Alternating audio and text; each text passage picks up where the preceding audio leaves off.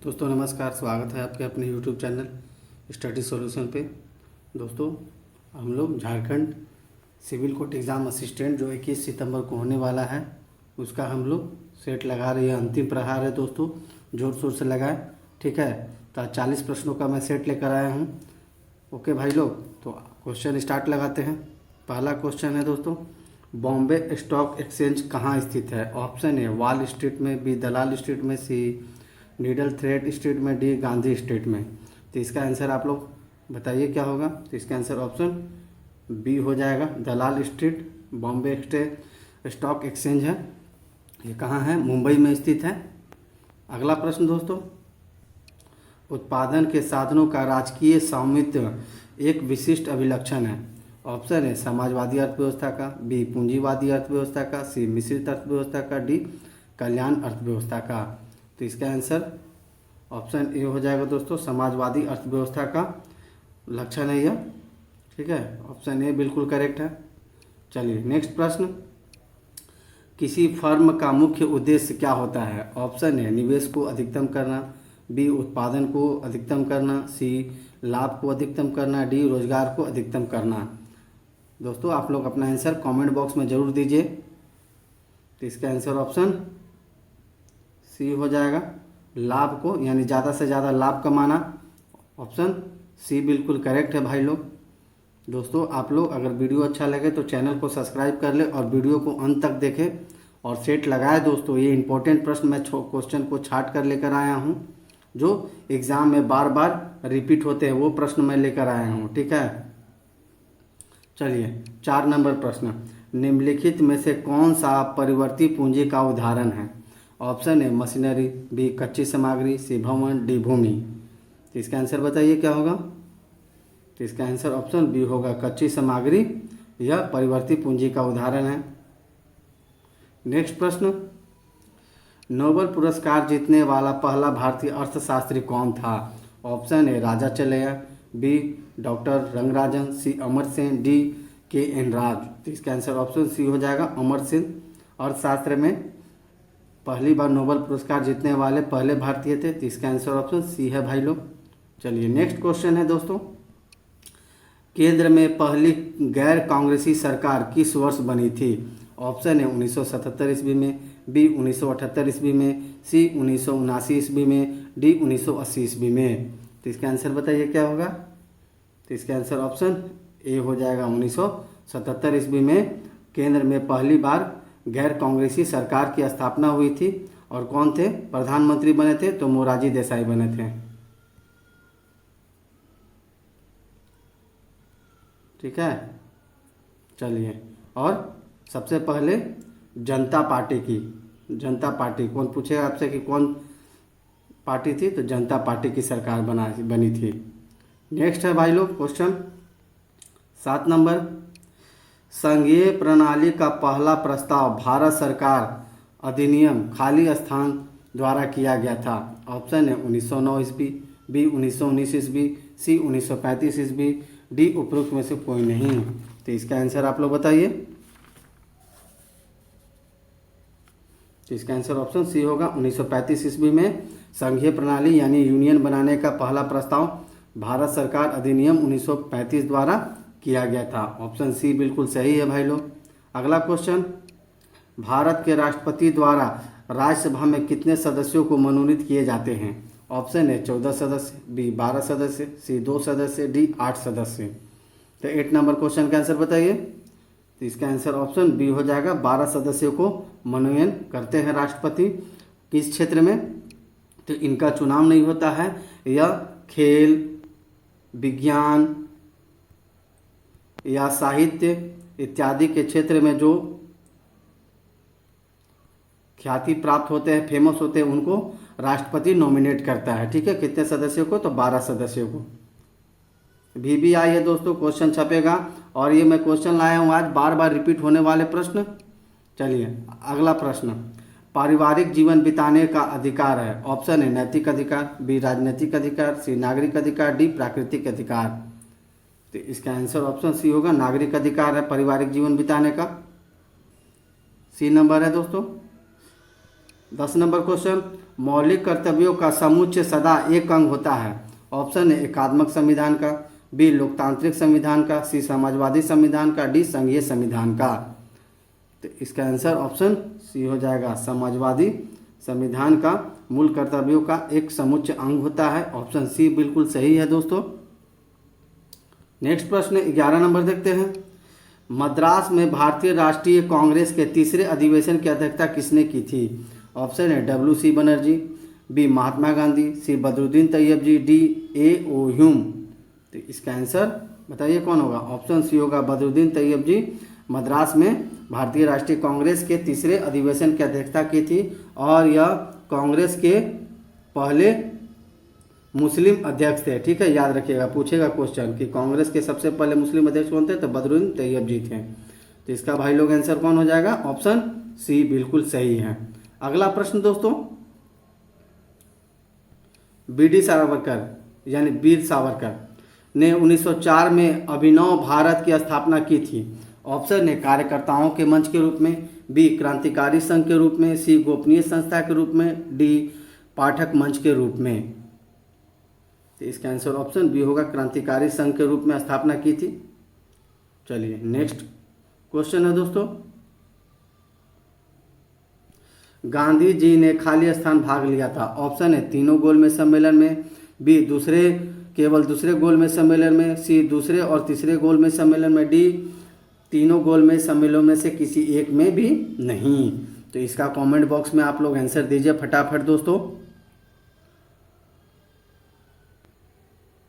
तो इसका answer option B हो जाएगा, केवल दूसरे गोलमेज सम्मेलन में राउंड टेबल कॉन्फ्रेंस हुआ था, उसमें गांधी जी भाग लिए थे। आपसे पूछेगा कि तीनों गोलमेज सम्मेलन में कौन शामिल हुआ था? तो तीनों अगर गोलमेज सम्मेलन का बात करेगा राउंड टेबल में, तो बाबा साहब भीमराव अंबेडकर ये तीनों गोलमेज सम्मेलन में गए थे। गांधी जी सिर्फ सेकेंड गोलमेज सम्मेलन में गए थे। ठीक है, अगला क्वेश्चन है भाई लोग, हर्षवर्धन की मृत्यु कब हुई थी? ऑप्शन है 1947 सॉरी दोस्तों 647 ईस्वी में, बी 648 ईस्वी में, डी 640 ईस्वी में, डी 635 ईस्वी में। तो 14 नंबर का आंसर बताइए क्या होगा दोस्तों?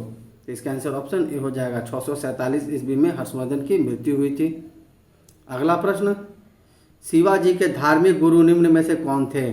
ऑप्शन है ज्ञानदेव, बी तुकाराम, सी रामदास, डी एकनाथ। तो 15 नंबर का आंसर बताइए क्या होगा? तो इसका आंसर ऑप्शन सी होगा, रामदास थे शिवाजी के धार्मिक गुरु। ऑप्शन सी बिल्कुल करेक्ट है दोस्तों। 15 नंबर क्वेश्चन हो गया। 16 नंबर देखते हैं भाई लोग, निम्न में से कौन सा स्टील संयंत्र भारत में 1965 ईस्वी में पश्चिमी जर्मनी के सहयोग से हुआ था? ऑप्शन है जमशेदपुर टाटा स्टील संयंत्र, बी बोकारो स्टील संयंत्र, सी दुर्गापुर स्टील संयंत्र, डी राउरकेला स्टील संयंत्र यानी स्टील प्लांट। तो बताइए 16 नंबर का क्या होगा भाई लोग? तो इसका आंसर ऑप्शन डी हो जाएगा, राउरकेला स्टील फैक्ट्री का स्थापना जर्मनी की सहायता से 1965 में किया गया था। ठीक है, देखिए मैं एक करके थोड़ा बता देता हूँ। देखिए दुर्गापुर का ये ब्रिटेन की सहायता से किया गया था, ठीक है, और बोकारो या रूस की सहायता से किया गया था। और टाटा कंपनी जानते हैं दोस्तों, ये प्राइवेट है भारत के। जमशेद सिंह नौरनवाल ने टाटा स्टील की स्थापना की थी। कब की थी? तो 1907 में की थी, याद रखिएगा। चलिए अगला प्रश्न दोस्तों, किसी क्षेत्र में पेड़ों के उगने के लिए अपेक्षित न्यूनतम तापमान कितनी है? ऑप्शन है 10 degree Celsius, B 15 degree Celsius, C 4 degree Celsius, D 6 degree Celsius. तो 17 नंबर का आंसर बताइए। तो इसका आंसर ऑप्शन डी होगा, 6 डिग्री सेल्सियस चाहिए। अगला प्रश्न, भारत में विशालतम लैगून निम्न में से कौन सा है? ऑप्शन है वेवनाट लैगून, बी चिल्का लैगून, सी पुलिकट लैगून, डी कोल्लेरू लैगून। तो 18 नंबर का क्या होगा आंसर दोस्तों? तो इसका आंसर ऑप्शन ए होगा, वेवनाट लैगून भारत का सबसे विशालतम लैगून है। ऑप्शन ए बिल्कुल करेक्ट है भाई लोग। 19 नंबर क्वेश्चन देखते हैं, पहली भारतीय महिला फू दोरजी निम्न में से किस चोटी पर बिना ऑक्सीजन के चढ़ी थी? ऑप्शन है mount Makalu, B mount Kanchenjunga, C mount Annapurna, D mount Everest.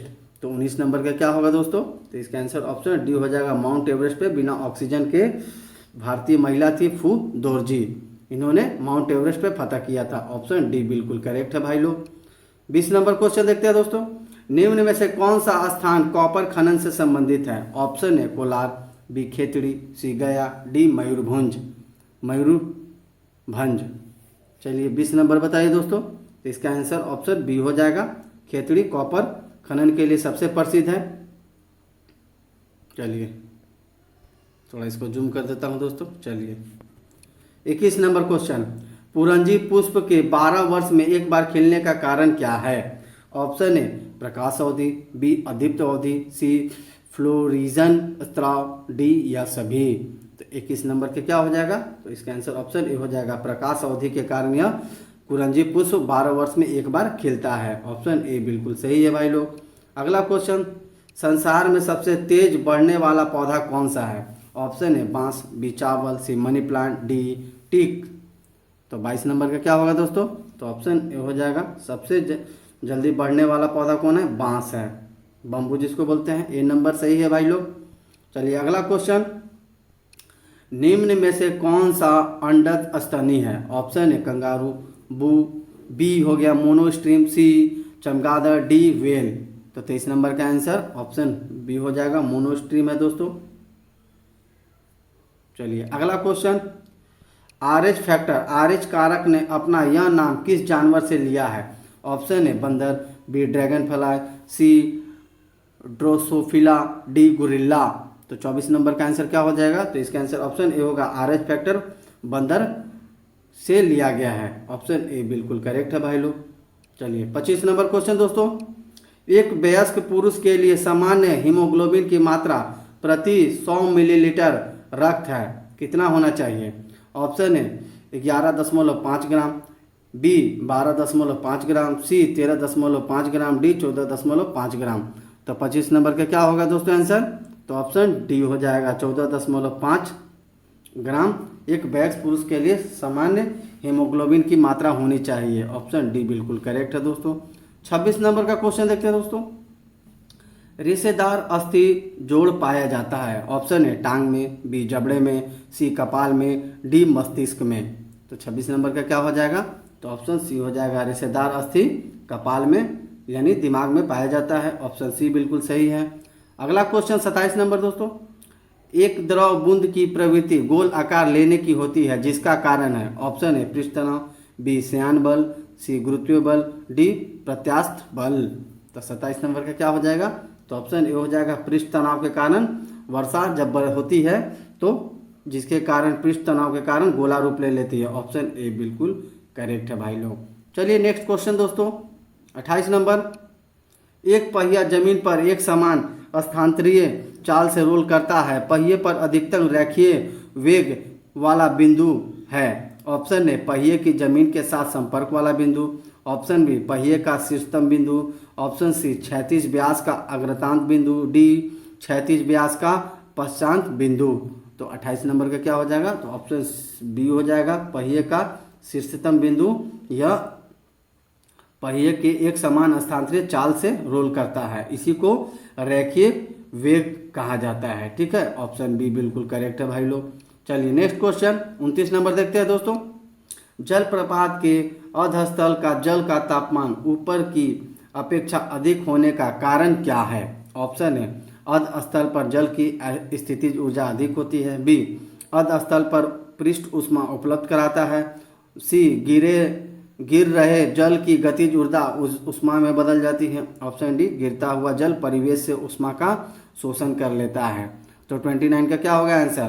तो इसका आंसर ऑप्शन सी हो जाएगा। गिर रहे जल की गतिज ऊर्जा ऊष्मा में बदल जाती है। ठीक है, चलिए 29 नंबर हो गया दोस्तों। चलिए 30 नंबर क्वेश्चन। लेजर बीम सदा होती है। ऑप्शन ए अभिसारी बीम, बी अपसारी बीम, सी समांतर बीम, डी शुरू में अपसारी बाद में समांतर। तो 30 नंबर का आंसर क्या हो जाएगा? ऑप्शन सी होगा। समांतर बीम होता है लेजर का। देखते हैं लेजर एकदम। ठीक है, चलिए 31 नंबर दोस्तों क्वेश्चन। पहला ग्राफिकल यूजर इंटरफेस किस कंपनी ने बनाया था? ऑप्शन है माइक्रोसॉफ्ट, बी AT&T, सी IBM, डी जेरोक्स। तो 31 नंबर का क्या हो जाएगा, तो इसका आंसर ऑप्शन डी हो जाएगा। जेरोक्स कंपनी ने पहला ग्राफिकल यूजर इंटरफेस बनाया था, इसको शॉर्ट में GUI बोलते हैं भाई लोग। चलिए अगला क्वेश्चन, रिकॉर्ड के लिए पहचान क्षेत्र होता है। चलिए ऑप्शन देते हैं दोस्तों। ऑप्शन है मुख्य क्षेत्र, बी फ्लैक्स क्षेत्र, सी की क्षेत्र, डी सेल। तो 32 नंबर के क्या होगा दोस्तों आंसर, ऑप्शन सी हो जाएगा। की क्षेत्र रिकॉर्ड की पहचान के लिए होता है। अगला क्वेश्चन 33 नंबर, 3 दिसंबर 1885 को भोपाल में यूनियन कार्बाइड फैक्ट्री में एक विषैली गैस के रिसने के कारण हजारों लोगों की मृत्यु हो गई थी। इसके लिए उत्तरदायी विषैली गैस कौन सी है। Option A methyl cyanide, B hydrogen cyanide, C methyl iso carbide, D methane isocyanate. तो इसका आंसर आप लोग बताइए 33 नंबर का क्या होगा दोस्तों। तो इसका आंसर ऑप्शन डी होगा, मिथाइल आइसोसाइनाइट के कारण इससे जो हजारों लोग मरे थे। ठीक है, भोपाल में ये यूनियन कार्बाइड की फैक्ट्री थे जिसके कारण यह केमिकल रिएक्शन हुआ था, जिसके कारण लोगों की मृत्यु हुई थी। ऑप्शन डी बिल्कुल करेक्ट है दोस्तों। ये VBI है, बहुत बार एग्जाम में रिपीट हुआ है। अगला प्रश्न 34 नंबर, किसी अमलगम का एक घटक सदा होता है। ऑप्शन है आयरन, बी कॉपर, सी जिंक, डी मरकरी। तो 34 नंबर का क्या होगा दोस्तों, तो ऑप्शन डी होगा, मरकरी होता है अमलगम का सदा घटक। नेक्स्ट प्रश्न, पेट्रोल की आग बुझाने का उत्तम साधन क्या है। ऑप्शन है baking powder, B carbon dioxide, C बालू, डी जल। तो इसका आंसर ऑप्शन बी हो जाएगा, कार्बन डाइऑक्साइड है दोस्तों। चलिए 36 नंबर, स्टेनलेस स्टील में प्रायः होता है लगभग 14% या अधिक। ऑप्शन है निकेल, बी कार्बन, सी मैग्नीज, डी क्रोमियम। तो बताइए 14% से ज़्यादा क्या होता है स्टेनलेस स्टील में। तो 36 नंबर का आंसर ऑप्शन क्या हो जाएगा, क्रोमियम को मिलाया जाता है। ऑप्शन डी बिल्कुल सही है दोस्तों। चलिए अनुवांशिक यूनिट अर्थात जीन होते हैं। ऑप्शन है केंद्रीय झिल्ली में, बी गुणसूत्र में, सी लाइसोसोम में, डी कोशिका कला में। तो 37 नंबर का बताइए क्या होगा दोस्तों।